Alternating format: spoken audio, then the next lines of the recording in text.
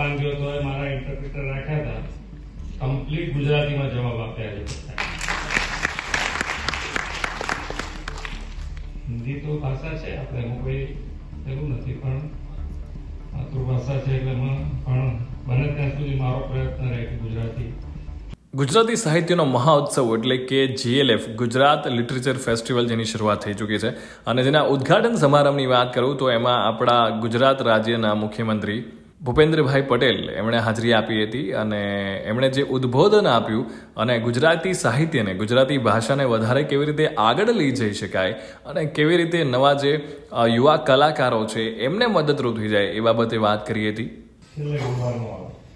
બધાને એમ થાય કે હવે પત્યું એટલું આગળ જોરથી પડે. એક વખત એમ પેલા CM છે આપણા મેની તારીખ પડે એટલે આજે કઈ તારીખ પડી, ઘણી વખતે આપણને ભણતા ધારણ એમ કે બગાસા ખાવાનું ચાલુ કરો એટલે અમારા સવારના ઉઠી તૈયાર થયા હોય અને તમે 10-15 મિનિટ કે અડધો કલાકનો બગાસા ખાવ એનો મતલબ શું? એટલે તમને કંટાળો આવે એટલે બગાસું આવે ના આવે એવી વાત. કંટાળો ક્યાંકથી બી આવી જાય, સાચવી રાખ્યું છે.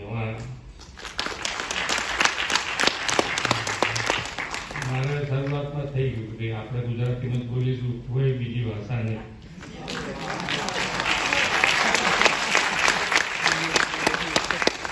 જાપાન ગયો તો મારા ઇન્ટરપ્રિટર રાખ્યા હતા, કમ્પ્લીટ ગુજરાતીમાં જવાબ આપ્યા છે.